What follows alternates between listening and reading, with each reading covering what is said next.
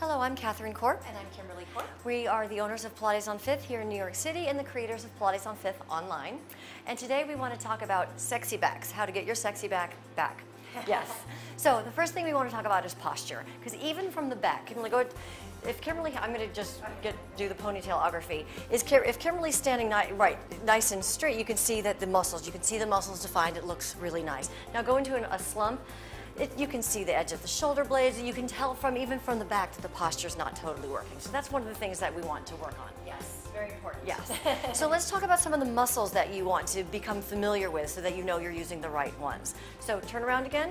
So we want the middle traps. So we've all heard of the trapezius. There are three trapezius muscles, the upper trapezius, middle trapezius, and lower trapezius. For our intents and purposes, we separate all three of them because we actually don't want this guy, which is the upper trapezius, we don't want him doing all the work. That's when you see, when you see this. Right. That's usually... That's not a sexy back. Yeah. And also it tends to make it shortens the neck, and always, you want to have a long neck, but if your upper traps are overly developed or overly engaged all the time, then it shortens your neck line.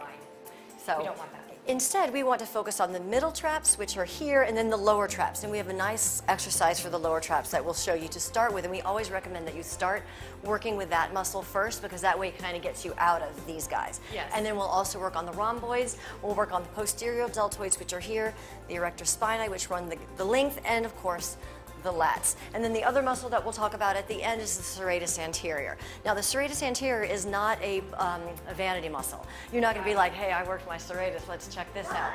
It is, because it's the muscle that keeps that So from happening. Kimberly is forcing her shoulder blade to pop out like this by putting her arm this way, but if the serratus anterior is weak, even when the arm is down, the shoulder blade will lift away from the spine, and it just is not as sexy. You can't see the muscle definition as much.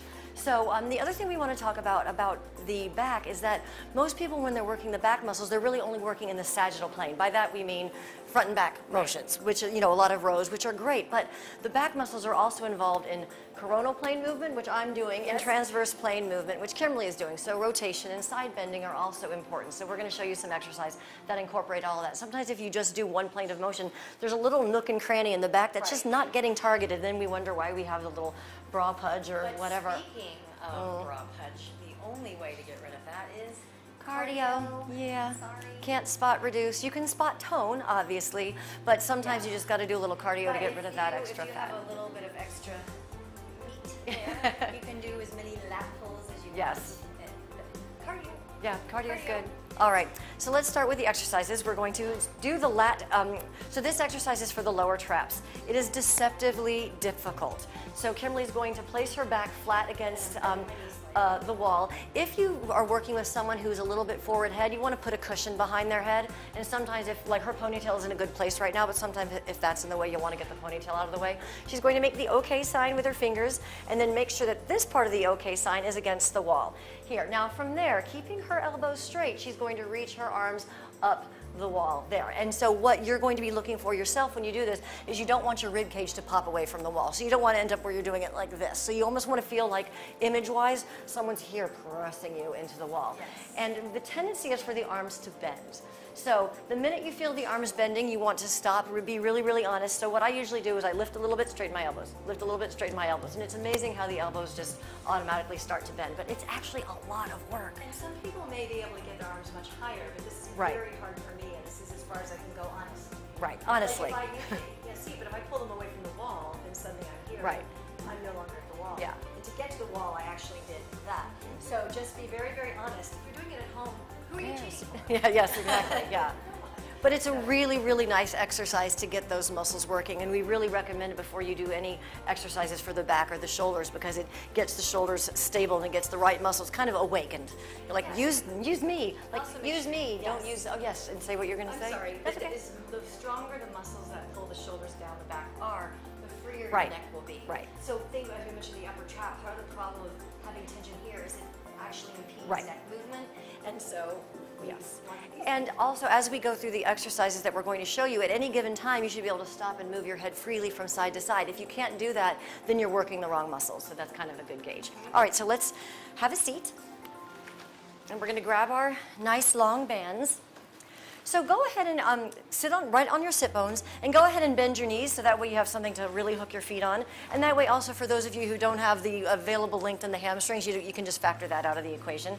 Find the center of your band and put it under your feet. You can separate your feet just a smidgen. That's really not the purpose of this at all.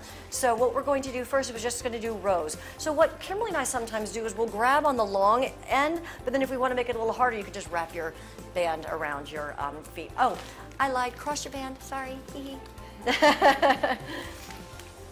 And then we'll start from there, and we'll go ahead and we'll go into our rows. You're just going to bend the elbows back and then straighten. And now, if you do want a little bit more range, you can straighten your elbows. Excuse me, your knees. I do know my elbows from my knees, I promise. And straighten. Not no. Yes. And you'll just pull this way. So make sure that you're not doing this. You're not arching. You're just pulling straight back. And I think we have 4 more. I think that'll make either 10 or 12. We're doing bilateral movements. So Yeah. Yes. True. Good point. And 2. And we'll do 1 more.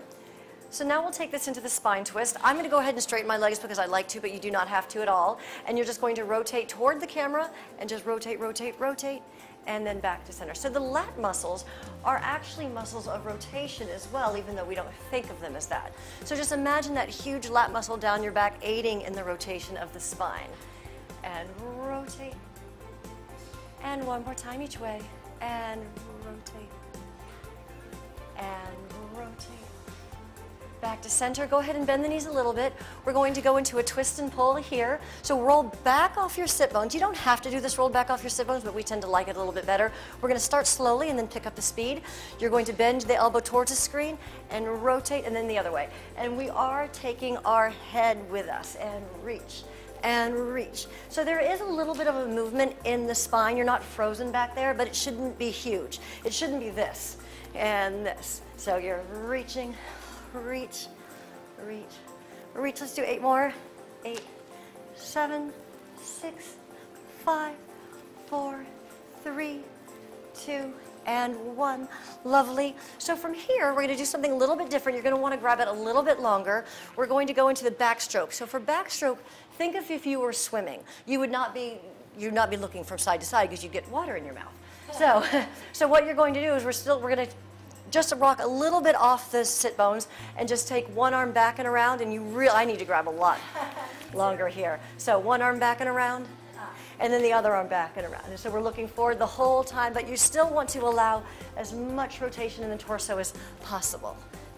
And reach, and reach, and reach. 4 more, and 4, and 3, and 2, and 1. So you can feel all the muscles down here working when you do that. All right, so the next one we have, we are just calling this touchdown flexion, or flexion into touchdown. So you want to find, before you start, find a place where you can reach your arms overhead, where you feel the muscles working. Like, I'm going to show you what's wrong. I have the band too short. When I reach my arms overhead, you can see that it's a struggle for me. And I can feel it all back here. So we don't want that. So grab a little bit longer. Find the place where you can reach your arms overhead, where you feel the back muscles working, but it's not so much of a strain that you can't breathe. All right. You should be able to move your head. Yeah, you should be able to think of a bobblehead doll. So you're going to lean over from there. So the tension's going to go out of the band, and then you're just going to